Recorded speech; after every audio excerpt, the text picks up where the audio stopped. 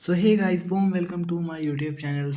सो students, आज हम Jharkhand polytechnic entrance exam के स्टूडेंट्स के लिए मोस्ट इम्पोर्टेंट क्वेश्चन लेके आए हैं, जो कि बहुत ज़्यादा रिपीटेड क्वेश्चन है और ये प्रीवियस ईयर क्वेश्चन पूछा गया है।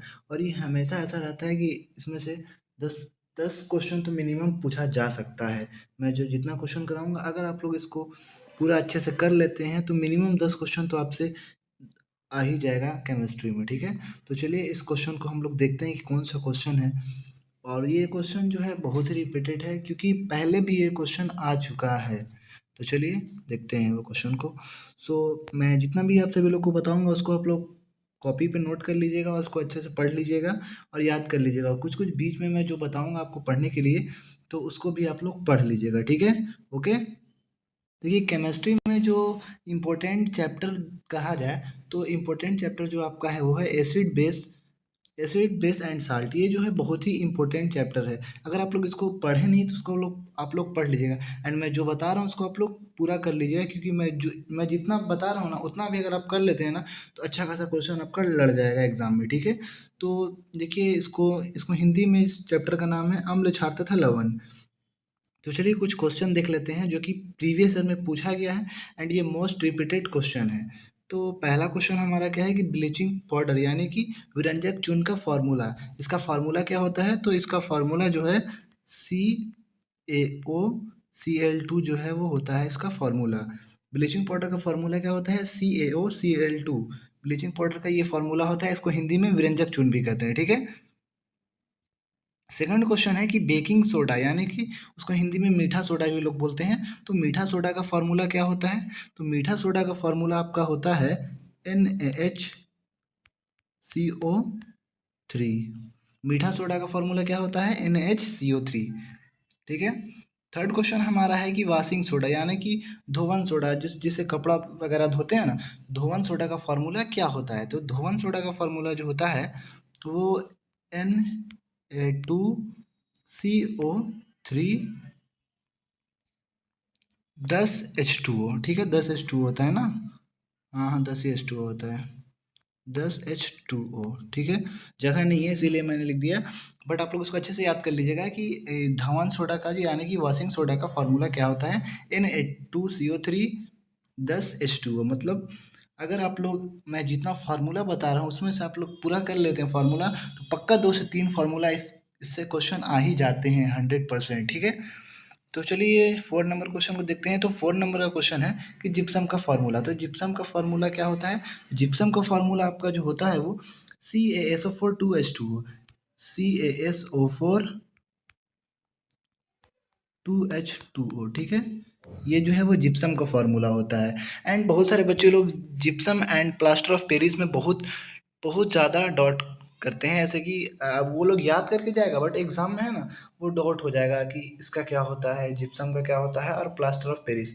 एंड एक डॉट और रहता है कि प्लास्टर ऑफ पेरिस, बहुत एक बार ऐसा भी हुआ था कि पीओपी का फॉर्मूला पूछ लिया था, प्लास्टर ऑफ पेरिस नहीं लिखा था। तो बच्चे लोग सोच रहे हैं कि पीओपी क्या होता है, तो पीओपी मतलब शॉर्ट फॉर्म लिख देता है प्लास्टर ऑफ पेरिस को। ठीक है, सो आप लोग इसको ध्यान रखिएगा। तो प्लास्टर ऑफ पेरिस का फॉर्मूला जो होता है वो आपका, प्लास्टर ऑफ पेरिस का फॉर्मूला होता है CaSO4 1/2H2O, मतलब हाफ H2O। तो देखिए, प्लास्टर ऑफ पेरिस और जिप्सम में बहुत सारे बच्चों लोग का कन्फ्यूजन हो जाता है, बस क्योंकि इसमें थोड़ा सा डिफरेंस है ना, इसीलिए बच्चा लोग कन्फ्यूज हो जाता है। तो इसको आप लोग अच्छे से दोनों को कर लीजिएगा ताकि आप लोग एग्जाम में कन्फ्यूज ना हो। ठीक है, चलिए हमारा 6 नंबर क्वेश्चन देख लेते हैं। तो 6 नंबर क्वेश्चन हमारा कि ब्लीचिंग पाउडर कैसे बनता है। कभी कभी रिएक्शन में पूछता है, कभी कभी क्या रिएक्शन पूछता ही है, ब्लीचिंग पाउडर कैसे बनता है। तो रिएक्शन में आपको दिया रहेगा ऑप्शन में COH2 का होल ट्वाइस प्लस Cl2। अगर COH2 का होल ट्वाइस के साथ क्लोरीन ऑक्साइड का अगर हम गर्म करेंगे तो आपको प्राप्त होगा CaOH2 प्लस H2O। ठीक है, ये आपका करेक्ट आंसर रहेगा। ठीक है ना? एंड 7 नंबर क्वेश्चन को देखेंगे कि पीओपी को कैसे बनाया जाता है। पीओपी मतलब प्लास्टर ऑफ पेरिस। आप लोग इसको ध्यान में रखिए क्योंकि बच्चे लोग बहुत कंफ्यूज होते हैं। तो प्लास्टर ऑफ पेरिस को जिप्सम से बनाया जाता है। ठीक है, और 8 नंबर क्वेश्चन है हमारा कि ड्राई प्लास्टर ऑफ पेरिस का फॉर्मूला क्या होता है, यानी कि इसको हिंदी में हम लोग बोलते हैं मृत प्लास्टर का फॉर्मूला क्या होता है। तो देखिए स्टूडेंट्स, मृत प्लास्टर का फॉर्मूला जो होता है वो आपका CaSO4 O4 होता है, ठीक है। मृत प्लास्टर मतलब सूखा हुआ, मान लीजिए ना, ड्राई बोल रहा था, सूखा हुआ, सूखा हुआ इसमें मतलब पानी नहीं होगा, तो जल को हटा दीजिए, ठीक है। तो आगे चलिए देखते हैं, आगे आगे भी कुछ क्वेश्चंस हैं। ये जो क्वेश्चन है वो बहुत ज़्यादा रिपीटेड है, ये क्वेश्चन तो हमेशा पूछता ही पूछता है कि मधुमक्खी जो काटती है तो उसका जो डंक होता है, उसके डंक में कौन सा अम्ल होता है। तो या तो फिर ये भी क्वेश्चन कर सकता है कि चींटी के डंक में कौन सा अम्ल होता है, या फिर ये भी क्वेश्चन आ सकता है कि बिच्छू के डंक में कौन सा क्वेश्चन होता है। तो तीनों का एक ही आंसर होगा, तीनों का एक ही आंसर क्या होगा आपका। तो तीनों का आंसर एक है, वो फॉर्मिक एसिड होगा, यानी कि फॉर्मिक अम्ल होगा। बट फॉर्मिक अम्ल का एक और नाम होता है, जिससे बहुत सारे बच्चों लोग अगर ऑप्शन में फॉर्मिक अम्ल नहीं देगा तो बोलेंगे कि भैया फॉर्मिक अम्ल तो नहीं दिया, तो किसको टिक करें। तो देखिए, फॉर्मिक अम्ल अगर नहीं रहेगा तो मेथनोइक अम्ल रहेगा, मेथनोइक एसिड, फॉर्मिक अम्ल को ही मेथनोइक एसिड बोलते हैं, ठीक है। इस चीज़ का आप लोग ध्यान रखिएगा। तो फॉर्मिक एसिड का फार्मूला क्या होता है, ये भी पूछ सकता है क्वेश्चन में कि फॉर्मिक एसिड का फार्मूला बताओ। तो फॉर्मिक एसिड का फार्मूला होता है HCOOH। फॉर्मिक एसिड का फार्मूला आपका ये होता है, ठीक है। तो विनेगर सिरका में नेक्स्ट क्वेश्चन है हमारा कि विनेगर सिरका में कौन सा एसिड पाया जाता है, यानी कि विनेगर या सिरका जो होता है उसमें कौन सा एसिड होता है। आप लोग विनेगर देखे भी होंगे, चाउमीन वगैरह में यूज़ करता है, बहुत सारे आप ठेला वगैरह पे देखे होंगे कि वो लोग बोतल में रखे होता है, तो उसी को विनेगर कहते हैं। तो विनेगर का इस्तेमाल आखिर मतलब इस्तेमाल करते हैं तो उसमें कौन सा एसिड होता है, तो ठीक है। तो एसिड जो है वो आप लोग का इसमें एथेनोइक एसिड यूज़ होता है, ठीक है, एथेनोइक एसिड। आप लोग ये याद रखिएगा कि विनेगर में जो है वो कौन सा एसिड पाया जाता है, एथेनोइक एसिड। या एथेनोइक एसिड को एक और नाम भी है, एथेनोइक एसिड को ही एसिटिक एसिड भी बोलते हैं। इस चीज़ का भी आप लोग ध्यान रखिएगा, ठीक है।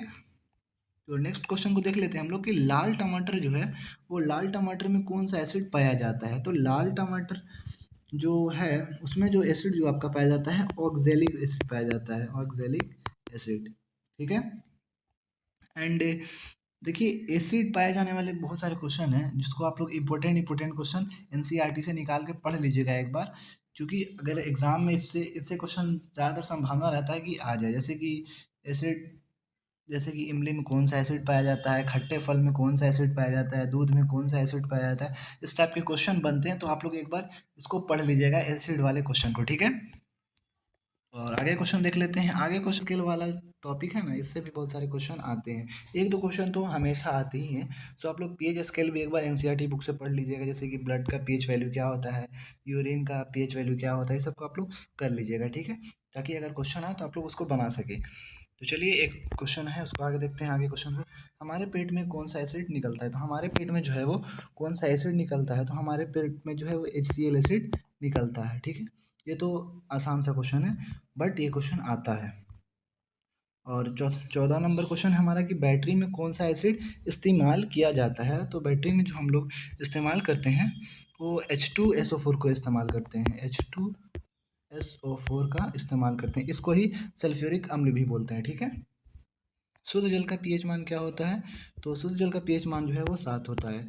आप लोग पीएच मान वाले वैल्यू को एक बार पढ़ लीजिएगा, इंपॉर्टेंट पीएच वैल्यू, जैसे कि दूध का पीएच वैल्यू, पानी का पीएच वैल्यू, और भी बहुत सारे हैं सब चीज़ का, आप लोग यूरिन का पीएच वैल्यू, ये सब वगैरह वगैरह, आप जितना भी है पीएच वैल्यू इंपॉर्टेंट उसको पढ़ लीजिएगा, क्योंकि इसका आने के चांसेस ज़्यादा रहते हैं। ओके, धन्यवाद। अगर वीडियो अच्छी लगी हो तो लाइक ज़रूर कर दें।